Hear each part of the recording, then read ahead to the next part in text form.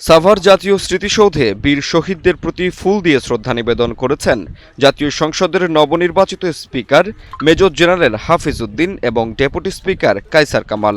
শ্রদ্ধা নিবেদন শেষে বীর শহীদদের স্মরণে তারা 1 মিনিট নীরবতা পালন করেন এবং স্মৃতিসৌধের পরিদর্শন বইয়ে স্বাক্ষর করেন।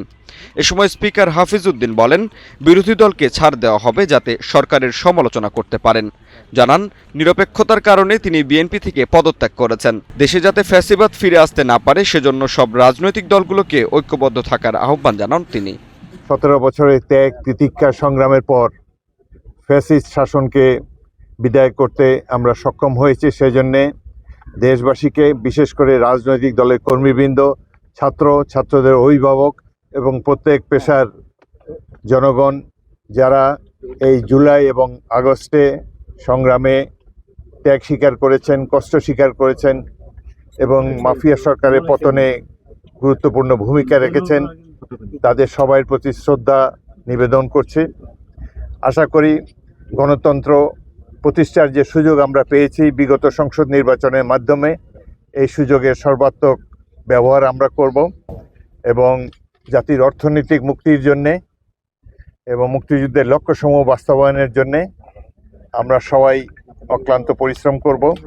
আমরা জনগণের কাছে সহযোগিতা চাই এবং এই সংসদ জনগণের আশা আকাঙ্ক্ষা পূরণে সক্ষম হবে বলে আমি আশাবাদী। ওয়াকআউট করার অধিকার তাদের রয়েছে। সংসদের এটি একটি প্রচলিত বিধি, প্রচলিত কার্যক্রম। তারা তাদের দৃষ্টিকোণ থেকে করেছে। না করলে ভালো হতো, প্রথম দিনে ওয়াকআউটটা না করলেই ভালো হতো। যাই হোক, সেটি তাদের বিষয়। সংসদে সরকার এবং বিরোধী দল উভয়ের সহযোগিতার মাধ্যমে, উভয়ের ঐক্যবদ্ধ প্রচেষ্টার মাধ্যমে সংসদ তার অভীষ্ট লক্ষ্যে পৌঁছতে পারে। আমরা আশা করব আগামী দিনগুলোতে বিরোধী দল সরকারের সকল গঠনমূলক কর্মকাণ্ডে সহায়তা প্রদান করবেন এবং বিশেষ করে ফ্যাসিস্টদের যাতে আবার বাংলাদেশে পুনরুত্থান না হয় সেজন্য ঐক্যবদ্ধভাবে সকল রাজনৈতিক দল যারা সংসদে আছে তারা এই ব্যাপারে কার্যক্রম পরিচালনা করবেন। আমরা একটি ঐক্যবদ্ধ জাতি দেখতে চাই, ঐক্যবদ্ধ সংসদ দেখতে চাই এবং আশা করি এই ঐক্য